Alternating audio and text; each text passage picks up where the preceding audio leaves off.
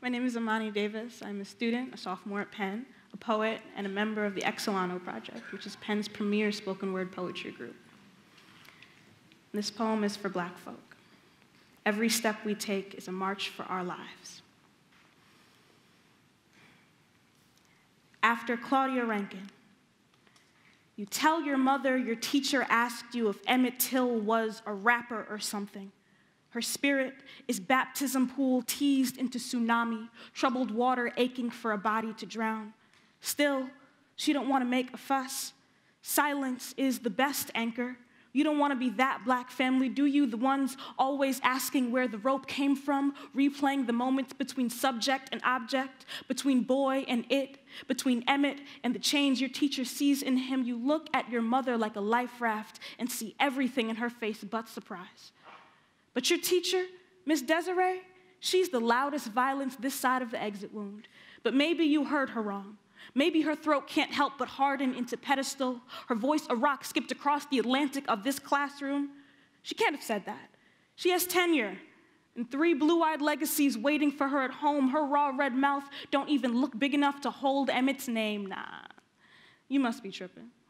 She couldn't hurt anything but what she thinks is animal. Then again, she is from Southern heat, can swat any dark and fly thing out her line of sight without as much as blinking an eye. She throw her twang into every conversation she ain't invited to. Disbelief makes her an easy thing to excuse, cause she ain't mean that. Not really. She not vultured to the dead boy's memory or nothing. The next day, Miss Desiree marks you absent even though you right in front of her. She don't apologize, just brush you off like some strange fruit fly and say she ain't see you. You, absent until proven present. You get invisible like this sometimes, fade like a smoke bomb's breath into the air of this school or this country or whatever keeps you up at night. Here you are, doubting your own existence like a god's, staring at your hands as if to wonder if they can carry this weight, this omnipresent absence.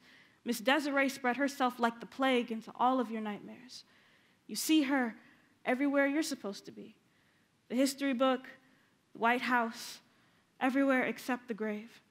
She just got one of those faces the world is trained to bow to. She sharpened her teeth with skin like yours. She ready to smile for the news the camera cuts to you and you ain't even got a mouth to begin with. And this is how Black death infects a student. You, a muted ambulance rushing towards an emergency no one else can hear screaming. You are both the hospital and the one bleeding. Thank you.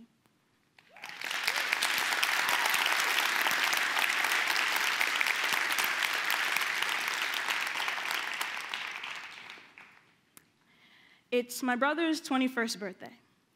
He and I have just come from the top of the Empire State Building where we celebrated how long he has stayed alive despite this country. An NYPD officer approaches us in the train station. After checking my high school ID, the officer chuckles, fingers his gun, then tells me I look much older than 15 from behind. After, I don't wear skirts for months. My brother and I never speak of this moment. We were grateful to have made it home that night alive. Silence is comfortable, but it does not hold me for long. A few weeks later, I submit a poem about that night to a literary magazine for the first time, and something must have gone right because here I am. Before I am a student or a poet, I'm a young Black femme living in the midst of the American police state. There is no getting to the root of my practice without that fact. As I prepared for this afternoon, I set out to simply talk about what writing means to me, but I landed on something a little more complex. I write for myself, sure, but I also write for something larger than me. For Black poets have been vocal about our struggles in this country since its inception. From Phyllis Wheatley onward, we write our names in American soil and refuse to do anything but survive. And when we stand in the face of a nation that thrives on our erasure, I believe that one of the most powerful things we can do is say that we are still here. And what better way to demand remembrance than poetry?